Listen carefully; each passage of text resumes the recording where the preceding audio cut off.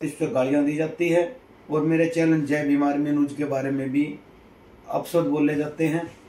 और मेरे बेटे लिवांशु के बारे में कहा जाता है कि तेरे बेटे पे ऐसा केस लगा देंगे, तूने कोर्ट में अगर कुछ बताया तो हमारे खिलाफ बोला तो तेरे लड़के के ऊपर एनडीपीएस का मुकदमा दर्ज कर देंगे, ऐसा मुकदमा बना देंगे कभी जिंदगी भर जल्दी जेल से बाहर नहीं आएगा। तो उसके बाद एडवोकेट रजत कलसन के बारे में भी कुछ लोगों ने गलत बोला है और प्रदीप भानखड़ के बारे में भी गलत बोला है कि जैसे तेरा इलाज करा ऐसा ही उनका इलाज कर देंगे और तेरा ऐसा इलाज कर देंगे। कोई पत्रकार यूट्यूबर दोबारा हिम्मत नहीं होगी किसी की सीआईए के बाहर आगे वीडियो बनाए या पुलिस के खिलाफ कोई वीडियो चलाए। सभी सम्मानित साथियों को मेरा क्रांतिकारी जय भीम, जय वाल्मीकि, जय संविधान, जय भारत। सम्मानित साथियों, आज हमारे साथ में हमारे बड़े भाई समाज के योद्धा आदरणीय संजय चौहान जी हैं, जिनसे मैं मिलने के लिए आया था। संजय चौहान जी रेस्ट कर रहे हैं और ये रेस्ट क्यों कर रहे हैं इसका बड़ा कारण है। संजय चौहान ने आज से नहीं बहुत समय से समाज की लड़ाइयां लड़ी है, हर एक जाति की लड़ाई लड़ी है, लेकिन प्रशासन ने इनको इस तरीके से उठा के पीटा जिसकी कोई हद नहीं। जबकि संजय चौहान को जब गिरफ्तार कर लिया गया तो 23 अगस्त को जब ये बाहर आए, जैसे ही बाहर आए तो पुलिस ने इनको उठाया और अवैध हिरासत में लेके संजय चौहान को इतना पीटा कि दोनों पांव की हड्डियां टूट गई। उसके बाद में संजय चौहान की होदी लगाई गई, 3-3 बार होदी लगाई गई और 3-3 4-4 बार लठों से डंडों से इतना पीटा कि मैं बता भी नहीं सकता, शब्दों में बयान नहीं कर सकता। एक आदमी जो समाज की लड़ाई लड़ता है, जबकि संजय चौहान के ऊपर जो केस है वो नाजायज तरीके से लगाए गए हैं, क्योंकि आदरणीय संजय चौहान जी ने जब वो मामला हुआ तो वहां पे बचाव किया, वो वीडियो में साफ दिख रहा है। अब क्या है, संजय चौहान जैसे ही बाहर आए, कोर्ट के समक्ष पेश किया गया तो वहां पे आदरणीय जज साहब जो न्यायाधीश महोदय थी बैठी थी, उन्होंने कहा कि ठीक है तुम कागज तो लिया सारे, लेकिन संजय चौहान कहाँ है जो मुजरिम है। और संजय चौहान को पेश नहीं किया पुलिस वालों ने। जब कोर्ट ने आदेश दिया कि संजय चौहान को पेश किया जाए, संजय चौहान जी जब आए, कोर्ट के अंदर आए, तो उनके पांव से उनसे चला नहीं जा रहा था। तो आदरणीय न्यायाधीश महोदया ने कहा कि आपको क्या हुआ, तो संजय चौहान जी ने कहा कि मुझे सीआईए 2 ने पीटा है और लगातार पीटा है और बुरी तरह से पीटा, जब इसलिए मेरे से चला नहीं जा रहा। और संजय चौहान को कहते हैं कि सारे यूट्यूबर्स, जितने भी यूट्यूबर्स हैं, वो एक भी आवाज नहीं उठाएगा। और मेरे बारे में तो चलो उन्होंने क्या किया वो तो संजय भाई खुद ही बताएंगे। हम आज भी समाज में काम करेंगे, कल भी करते तो आगे भी करते रहेंगे और हम भाई पूरा समाज संजय भाई के साथ में, इनकी न्याय की आवाज बुलंद भी करेंगे।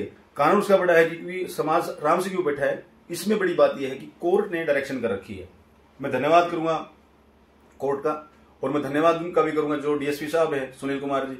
मुझे उनके ऊपर भी पूरा उम्मीद है कि संजय चौहान जी की जो रिपोर्ट है, जो तफ्तीश है, वो फेयर करेंगे और दोषियों को जेल में जाने के लिए मजबूर करेंगे। क्योंकि अगर ऐसे ही मारते रहे, ऐसे ही पीटते रहे तो बचेगा कौन। सोशल मीडिया के थ्रू अपनी आवाज सरकार तक पहुंचाते हैं तो पहुंचाएगा कौन। ये तो मार के हमें घर पे बिठा देंगे, मेरे जैसे आदमी को घर पे बिठा देंगे और समाज में और भाई जो काम कर रहे हैं उनको घर में बिठा देंगे। ऐसे बिल्कुल नहीं चलेगा। हम पूरा समाज इकट्ठा होके इस लड़ाई को लड़ना पड़ेगा। आज हम बिखर गए हैं और बिखरने के कारण से आज प्रशासन अपनी मनमर्जी करता है, अपनी मनमर्जी से काम करता है, किसी को ऊपर मुकदमे लगा देते। बताओ कहां की मतलब ये न्याय व्यवस्था। ऐसा कौन सा मर्डर कर रखे संजय चौहान ने, ऐसे कौन सा ये देशद्रोही है, या इन्होंने कोई बम फेंक दिया या फिर कोई गोलियां चला दी। जबकि एक पत्रकार आवाज तो उठा सकता है और कहते हैं कि तुमने भड़काऊ कर दिया, भीड़ को एग्रेसिव कर दिया, इसलिए हमारे ऊपर पथराव हो गया, हमें चोट लगी। अभी चोट लगी प्रशासन के बीच में हो गया तो जिन्होंने ये अपराध किया था उनको जेल के अंदर कर देते, कौन मना कर रहा था। लेकिन बात यह है कि संजय चौहान को जेल के अंदर गया, उसके बाद जैसे ही आते संजय चौहान तो बड़े मतलब तागल गाए बैठे थे पुलिस वाले और तुरंत प्रयास उठा के और ऐसा इलाज किया भाई के दोनों पांव। अगर मैं देखे मैं बड़ा परेशान हुआ, मेरी मतलब करा उठा मैं। आप देखोगे भाई के अभी भी पांव देखो, ये लीले बना रखे मार मार के, ये देखो अभी भी सूजे हुए हैं पांव, प्लेट डलनी है पांव में। तो आप समझो कि क्या हाल किया एक आदमी का। आज समाज के उन सभी बुद्धिजीवी लोगों से मेरी अपील है कि भाई के साथ खड़े होकर कंधे से कंधा मिला के इनका साथ दे, ताकि किसी और व्यक्ति के साथ में किसी और जो क्रांतिकारी साथी जो सोशल होके सामाजिक बात उठाता है। आज तो मैंने देखा संजय चौहान ने को जाति पाति की बात ही नहीं करी, ना मैं जाति पाति की बात करता। हम तो सभी के लिए, जनरल की भी लड़ते हैं, शेड्यूल कास्ट की भी लड़ते हैं, ओबीसी की भी लड़ते हैं। तो मेरी कितनी वीडियो देख लेना आप चाहे। हरियाणा के अंदर मैं कोशिश ये करती कि जाति पाति ना फैले, और संजय चौहान ने भी ऐसा कुछ नहीं किया। जबकि और वहां पे कुछ लोग संजय चौहान जी का चैनल का नाम लेके उस चैनल से बदनाम कर रहे हैं, मतलब बाबा साहब को गालियां दे रहे हैं। मतलब कितनी बड़ी बात है। कह रहे कि जय भीम आर्मी ढेड भीम आर्मी, वो ढेड चैनल समथिंग ऐसी कुछ शब्दों का यूज किया है।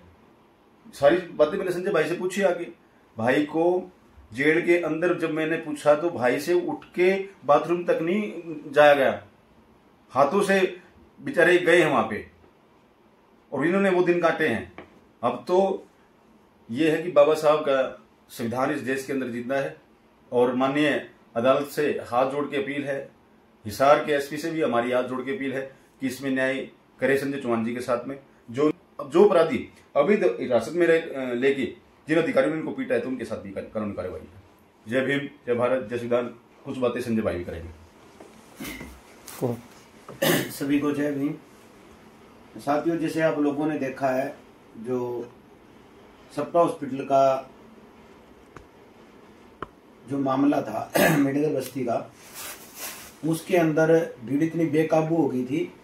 मैं पुलिस को बीच बचाव कर रहा था, पुलिस के बीच में, और डॉक्टर के ऊपर जो हमला हुआ था वहाँ भी बचाव कर रहा था, लेकिन फिर भी मेरे को ऊपर मुकदमे दर्ज किए गए कि पब्लिक को भड़काया।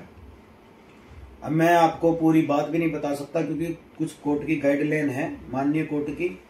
उसके बाद 23 अगस्त को मेरी जमानत होती है, और मुझे जेल के बाहर से उठा लिया जाता है, वैध हिरासत में रखा जाता है। मेरे साथ मार पिटाई की जाती है, मेरे दोनों पैर तोड़ दिए जाते हैं, और मुझे जाति से गालियां दी जाती है, और मेरे चैनल जय भीम आर्मी न्यूज के बारे में भी अपशब्द बोले जाते हैं। और मेरे बेटे लिवांशु के बारे में कहा जाता है कि तेरे बेटे पे ऐसा केस लगा देंगे, तूने कोर्ट में अगर कुछ बताया तो, हमारे खिलाफ बोला तो तेरे लड़के के ऊपर एनडीपीएस का मुकदमा दर्ज कर देंगे, ऐसा मुकदमा बना देंगे कभी जिंदगी भर जल्दी जेल से बाहर नहीं आएगा। तो उसके बाद एडवोकेट रजत कलसन के बारे में भी कुछ लोगों ने गलत बोला है, और प्रदीप भानखड़ के बारे में भी गलत बोला है कि जैसे तेरा इलाज करा ऐसा ही उनका इलाज कर देंगे, और तेरा ऐसा इलाज कर देंगे। कोई पत्रकार यूट्यूबर दोबारा हिम्मत नहीं होगी किसी की सीआईए के बाहर आगे वीडियो बनाए या पुलिस के खिलाफ कोई वीडियो चलाए। तो साथियों, ज़्यादा मैं आप लोगों को ज़्यादा कुछ बातें नहीं बता सकता। माननीय कोर्ट की कुछ गाइडलाइन है, उस पर मैं काम करने लग रहा हूँ। मुझे माननीय कोर्ट पर पूरा विश्वास है कि मुझे इंसाफ मिलेगा। मेरा विश्वास और भी पुख्ता माननीय कोर्ट पे है, क्योंकि जब मुझे मेडिकल करवाया गया उसमें पूरी जानकारी छुपाई गई, उसके बाद माननीय कोर्ट में पेश किया गया, तो माननीय कोर्ट ने मेरे हालात देखते हुए स्वयं संज्ञान लेके सीएमओ को लिखा गया कि बोर्ड से इनका मेडिकल करवाओ, और एसपी साहब को डायरेक्शन करी कि जो दोषी हैं उन पर कार्रवाई की जाए। अब इस केस को एसपी साहब ने डीएसपी सुनील कुमार को दिया हुआ है, और मुझे प्रशासन पे और न्यायपालिका पे और बाबा साहब के लिखे हुए संविधान पे पूरा विश्वास है कि मुझे इंसाफ मिलेगा। सभी साथियों को जय भीम, जय भारत, नमो बुद्धाय।